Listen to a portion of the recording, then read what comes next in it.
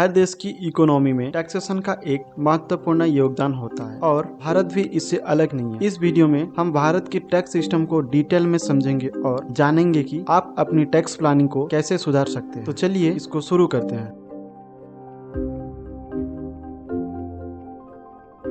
Taxation का अर्थ है सरकार को अपनी आमदनी का एक अनुमति हिस्सा देना, जिससे राष्ट्रीय विकास में योगदान दिया जाता है। भारत में दो मुख्य प्रकार के टैक्सेस हैं, डायरेक्ट टैक्स और इनडायरेक्ट टैक्स, जो अलग अलग तरीकों से आपकी आमदनी और खर्च पर लागू होते हैं।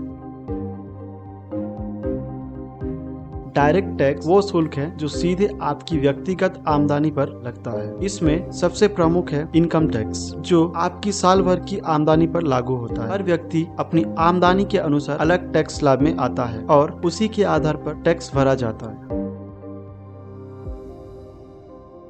इनडायरेक्ट टैक्स वो टैक्स है जो आपकी खरीदा गया प्रोडक्ट अर्थात गुड्स और सर्विसेज पर लागू होता है। भारत में इस प्रकार के टैक्स का सबसे बड़ा उदाहरण है GST, goods and services tax, जिसने कई पुरानी टैक्स व्यवस्थाओं को एक साथ मिलाकर सिंप्लीफाई कर दिया है। सही टैक्स प्लानिंग के जरिए आप अपनी टैक्स लियाबिलिटी को काफी हद तक कम कर सकते हैं। ऐसे कई प्रोविजंस हैं जैसे सेक्शन 80C, 80D और 80E, जो आपको टैक्स बचत के साथ साथ इन्वेस्टमेंट्स और सेविंग्स को भी बढ़ावा देते हैं।